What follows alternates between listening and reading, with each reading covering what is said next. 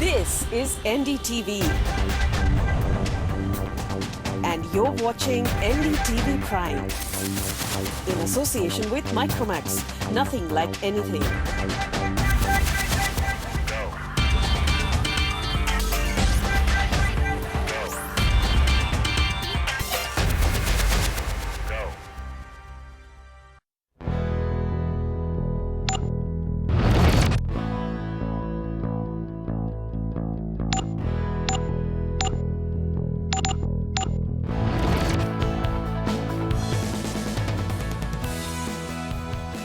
Hello and welcome. Technology and youngsters' love for it all over the world, of course, is very legendary. And India has never really been lacking behind here either. We produce some of the largest number of engineers anywhere in the world. And of course, technology and young India go hand in hand.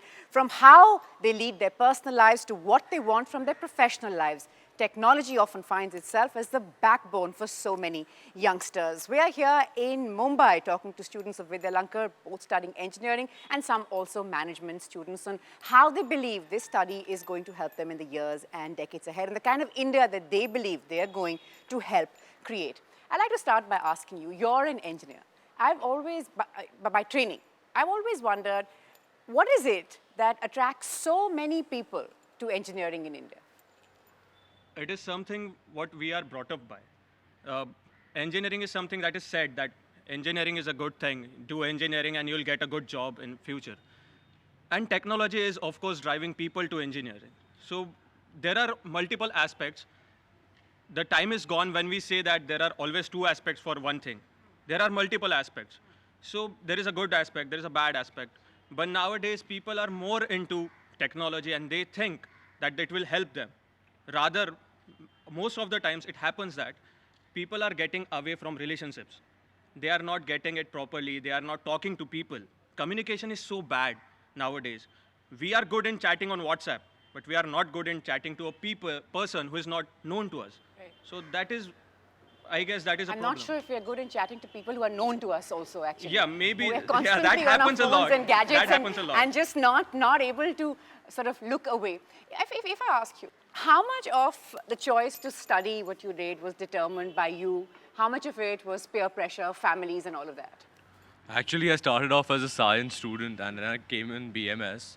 And it was totally my decision because being in science, I never liked it. And I'm a management student now. So I prefer management over science for myself. And how do you sort of realize, at which point did you realize that you wanted to make the shift? It was after my 12th standard, I didn't really perform well. So I thought that I should try something new and management really caught my eye. And that's where I came to know. So I got into management in this college. I always find that kind of a story really admirable, actually, when you realize early on that this is not for me and you don't spend your life chasing something that you may or may not sort of, it's always good to know your skills and where they stand. If you can just get some voices, maybe you can just pass the mic. If you can just get the ladies there. How do you see decisions that you make? Are you a technology student first? No, I'm a management student. Okay, what made you go for management? Was it a similar story or something different? No, quite a similar actually. I had also pursued my BMS. So after pursuing my BMS, I thought that it would be really good pursuing management. It will give me more exposure and also we will be able to cover more technology. We also have subjects on technology and technology, as we all know, is pursuing very fast. We have Digital India coming with the initiative of Narendra Modi and also cloning coming in the process and So many you're saying more. that there's a lot happening, Lots of lots of happenings. opportunities. Yeah, we are halfly dependent on the technology. Right, and there's someone there who wants to make a point, and you're, of course, the much sought-after mix of engineering and now management. Is that because it's so sort of in vogue to have this combination on your CV? No, actually, I was a tech-savvy person, since my early days. That was there. But just because liking something doesn't mean you'll be good at creating it. Absolutely. So I realized that quite late. I did 2 years of engineering, and then I realized that wasn't my cup of tea. So then I switched over to management, which suits me more. And maybe in the future, I'll be able to manage things which are related to technology. Maybe a technological firm will hire me for that. So I think I'm heading in the right So you're saying direction. there's nothing to take away what you've already learned as a technology student. You're just exactly. adding to those There's skills just- now. There's always more and more learning. No matter what you do, you always learn more. Like wherever you come from, whatever you've done till now, you always learn. So, and especially technology, it's everywhere. So whatever you see, whatever I've like learned in engineering, it's there with me. And now I'm gonna learn more. Like, and I'll know how to handle technology with my management skills. Right, an added skill and always good to get back on the learning curve, really, as it were. I want to ask some of the tech students here. Can you just raise your hands for me so I know where you are? Maybe you. We can just pass this mic here. You know, someone asked me recently that, you know, India produces just so many engineers. Kahan jate hain? Where do they go? Like, where are they? What do they do? So when something like that happens, that we've got so many people every year passing out wanting to study engineering, the point that he made, that, you know, that you also sort of brought up to say engineering still very coveted, still up there with some of the best things that you can do, for, you know, with yourself.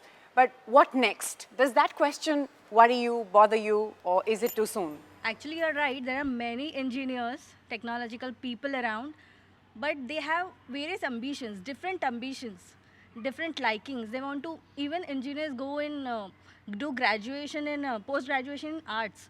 So basically, they have that inner instinct, inner voice that draws them towards what they want to fulfill. As in, I'm an engineer, and I want to pursue as a management because I think I have that skills to make people work or something like that. So I'm more of interested now in management. Engineering, it's more about technical things, and that is also very beneficial for me now also. So I think those all engineers have different ambitions, and that is the only reason. Right. You know, okay, if you can just pass it there. At what stage do these sort of ambitions and what I want for myself start crystallizing in your head? I mean, at what point are you sort of telling yourself that, okay, this I think is the path? Is it in, you know, some people say, oh, I wanted to join IIT, I knew it in class 6. Recently I was told. In class 6, I was very clear. In class 8, I began preparing. And then I was in after, you know. For some, it happens like that. For others like me, you just never know, you know. So how did it work for you? Well, it's a great saying in engineering. You first get into engineering and then you decide what you have to do. Yes. Actually, we are the people who actually get into engineering that, okay, dekhte, what will happen, we'll see later. What we have to become in our life, we'll decide at what, around third year or final year, we'll start deciding what we want with our lives. That is the point where people actually start thinking what kind of career they want to pursue further. Whether they want to get into technology totally or they want to get into management or the field of their will, of their choice. And for me, well, it was engineering first. It was the same story with me, as you said. I decided in 9th standard of that, okay, I want to do engineering and be an electronics engineer. Then later down the time, I realized, okay, I want to club it with good management skills. So why not management? So get into management. That would be a very good combination. As you said prior, it's very cool also these days. It totally is. It totally is. It doesn't seem to be going out of fashion. That's the other thing. Exactly, Usually, you know, exactly. subjects come, like journalism every now and then, it sort of becomes very coveted, and then they Yes. look at you and say, nah, this is not what we want to do with our lives. If you can Yes. just pass the mic here. You know, to all those who are watching, all those youngsters who are watching, and this is, of course, not everyone has that kind of clarity or you know, the kind of clarity that many of you have displayed.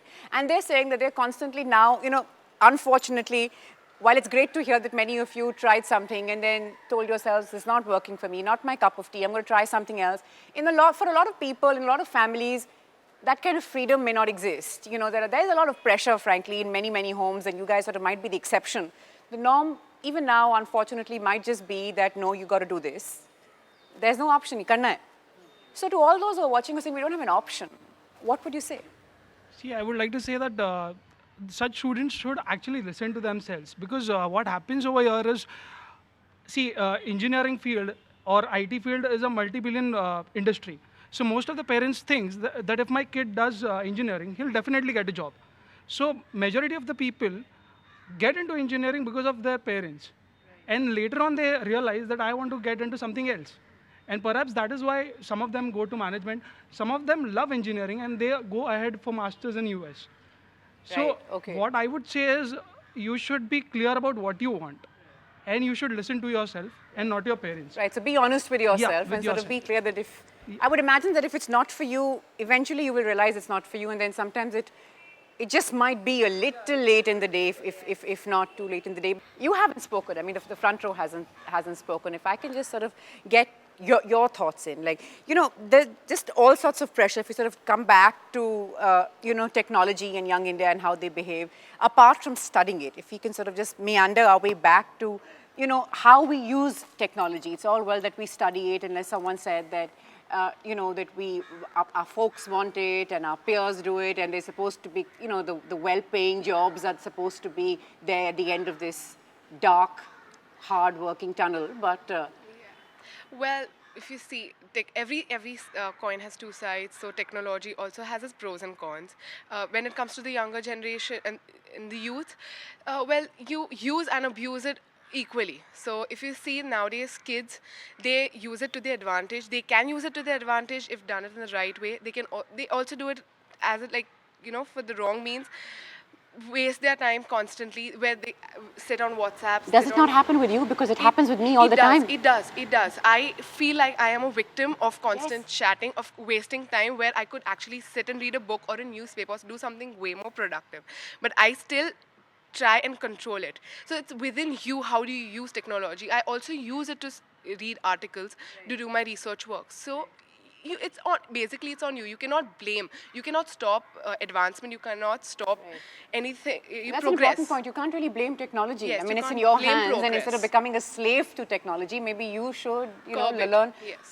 to sort of drive it. That's what you mentioned, you know, about the loss of interpersonal relationships. If you can just pass the mic there. Do you believe that that's happening sort of around you in your, you know, when you go out, say, for a meal or a cup of coffee? It happens around us all the time. People just can't seem to get off their phones, and they're not doing anything productive or earth-shattering on it. But they're just, I don't know, it's just become an attachment of your personality, you know. Whenever I go out with my friends, there are some of my friends who are constantly into their phones, and either they're Snapchatting or WhatsApping and stuff. And it can be annoying because, see, you don't build up those conversation, and there's a bridge. So it's more like they're almost like slaves to technology, which is, I think, bad. They can use it later, right? I mean, it won't. No one is going to take their phone away or anything of that sort. Yes, in fact, I think I was reading a certain quote the other day which said that I miss conversations when you looked people in the eye and had a conversation. It's just, I think maybe the Queen Mother said it, yes? Like, this is kind of a solution to this problem. What I think personally is, it's all about self-realization. You can use technology for all that you want. You can use WhatsApp, Snapchat, whatever in your day-to-day life. But in the end, it's what you want to do. It's yourself, like, it's your drive. Like, what do you want to do in your life? There is always one thing around which you rotate all your activities. So if you have something to do, like, basically, you can manage both the things. It's not like you become a slave to the technology if you actually want to do something. I have a different point of view, because when we are known as a matured individual, you know, we know things, how things work, and what are the things all about. So when we compare ourselves as as compared to children and as an adult, you know which are the things we should prioritize. So one should know, which are the things which are important for him. When it comes to technology, yes, it is an integral part of our life, but we should know how to prioritize, technology and your personal life. There are some things which you have to pay attention to your personal life, and when there's nothing as such, you can pay attention to technology. But I cannot say that technology is totally bad. It is up to us who are prioritizing and that's it or not the idea either, to say that it's bad. It's just like, why can't we sort of reign over technology as opposed to letting that is the current trend happening. But prioritizing things is an important aspect. So that's what. Sure. Just adding to his point, as I mentioned, there are multiple aspects for a thing. Whenever it comes to asking people that I'm hungry, tell me some place to go, people suggest such places. Sometimes we go there, we sit, we eat, and we think that is the bad experience of our life. But at the other part, technology gives us Zomato, in which you can see, you can have reviews of people, direct reviews, and you can believe in that, and you go and you have a good experience. So at the same time, we have both the experiences, we have all the information. Nowadays, we say that we don't use technology is not so good and all, but everyone nowadays is searching for making presentations on Google. Everyone makes presentations from SlideShare. So this is what is happening. Okay, on that note, we're just going to be slipping into a quick break. Conversations on technology and how we are using it both in our personal and professional spaces carry on here in Mumbai. We're back right after this.